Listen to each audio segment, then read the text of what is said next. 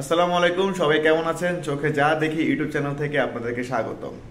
আজ সকালবেলা আমাকে এক ভাই ফরওয়ার্ড করে কিছু আপডেট দিয়েছে।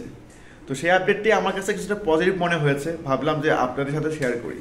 তো সেই লক্ষ্যে শেয়ার করা।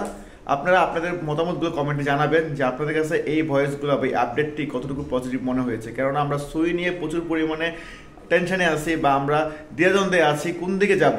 আমরা কি মালিকের কথা শুনবো না অ্যাম্বাসেডারের কথা শুনবো? আমরা আসলে সঠিক কোনটা সেটা এখন বুঝতে পারি নাই। তবে এই ভাইটির কথাগুলো কিছুটা পজিটিভ মনে হয়েছে, আপনারা অবশ্যই কমেন্টে জানাবেন। আসুন আমরা এই ভয়েসটি শুনে আসি। আসসালামু আলাইকুম। আসলে কি বলবো, আমরা তো সকলেই আসলে এখন হতাশ। একেকজন একেক ধরনের কথা বলছে। আমাদের 26 তারিখে একটা কর্মসূচি হয়ে গেল, সেখানে আমাদের কিছু প্রতিনিধি ভাই এম্বাসির ভিতরে গেছিল, সেখানেও তারা কিছু আপডেট দিছে আর কি, যে আমাদের যে প্রেফেক্টুরা বলে আর কি সুই, সেখানে যাওয়ার জন্য বলছে। মালিককে নিয়ে বা উকিল যে কোনো একজনকে নিয়ে আর কি সেখানে যোগাযোগ করার জন্য বলছে। আসলে অনেকে যোগাযোগ করতেছে, অনেকেই বলতেছে তারা সফল হয়েছে, আবার অনেকেই বলতেছে না এখানে কিছুই হয় না। তো কারটা আসলে বিশ্বাস করবো আর কারটা এখন বিশ্বাস করবো না, এটা নিয়ে এখন সবাই দ্বিধাদ্বন্দ্বের মধ্যে আমরা সবাই আছি। তো এই যে একটা আপনাদের একটা দিলাম একটা ইমেল, যেটা ইমেল করা হয়েছিল 27 তারিখে হয়তো ইমেল করছিল, 29 তারিখে তার একটা রিপ্লাই দেয়। এখানে লেখা আছে যে আমাদের যে 6 জন প্রতিনিধি যে এম্বাসিতে গেছিল, তাদের কিন্তু ঠিক কথাই বলছে, যে এখানে কিন্তু আপডেট করতে হবে, এবং আমাদের যে কাগজগুলো এখন যে ব্যাকলগে পড়ে আছে এগুলো তো সাসপেন্ড হয়ে গেছে, এগুলো এগুলো ওরাই এগুলো আপডেট করে দিব এবং কনসুলারের কাছে ওরাই পাঠিয়ে দিব। মানে এটার ইমেলের যে রিপ্লাইটা তাই বলতেছে আর কি, যে সুই থেকে যে আপনি রিপ্লাইটা দিছে, এটা হলো তার কপিটা, যে কি রিপ্লাইটা দিছে, যে ওখানে বলছে যে এই যে 145 দ্বারা যে আইন করা হয়েছে, এবং সেই সই থেকে তারা এটা আপডেট করবে এবং তারা কনসুলারের কাছে পাঠিয়ে দেবে, তারপরে এই বিষয় শেষ হবে। এটাই। তারপরে সামনে কি হয় আমরা আরো দেখি, আরো কিছু আপডেট আমাদের আরো ভাই দেখ, আমরা সেগুলো দেখি।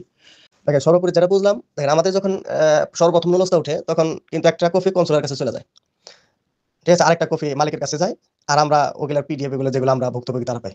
কিন্তু দেখেন অনেকের যে এগ্রিকালচার 6 মাসের থাকে, স্পন্সর থাকে 9 মাসের, আর আমাদের কাগজ ব্যাকলগে পড়ে আছে 2 বছর ধরে, তাহলে এগুলো সাসপেন্ড হয়ে গেছে, মানে একরকম দেখা যায় ডেট ওভার হয়ে গেছে।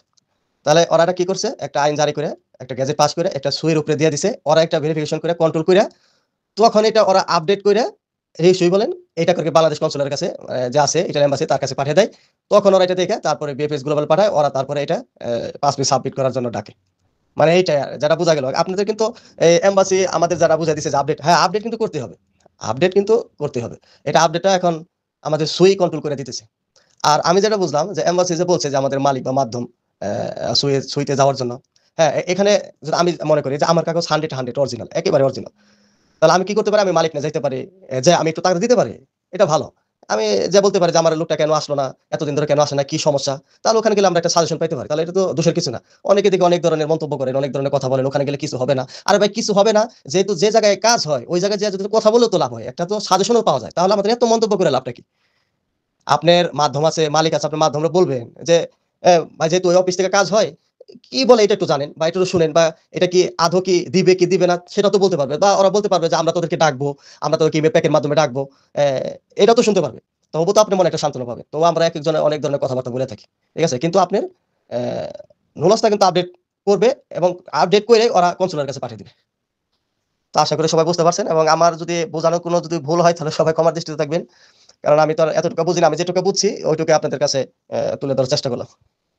আপনার কাছে যদি এই আপডেটটি বা এই ভয়েসটি যদি আপনাদের কাছে সঠিক মনে হয় এবং পজিটিভ মনে হয়, অবশ্যই ভয়েসটি শেয়ার করে দিবেন এবং আপনার মালিকদেরকেও জানাবেন, দেখো এই ভয়েসটি শোনো, যে তারা এই ব্যক্তি কি বলতেছে।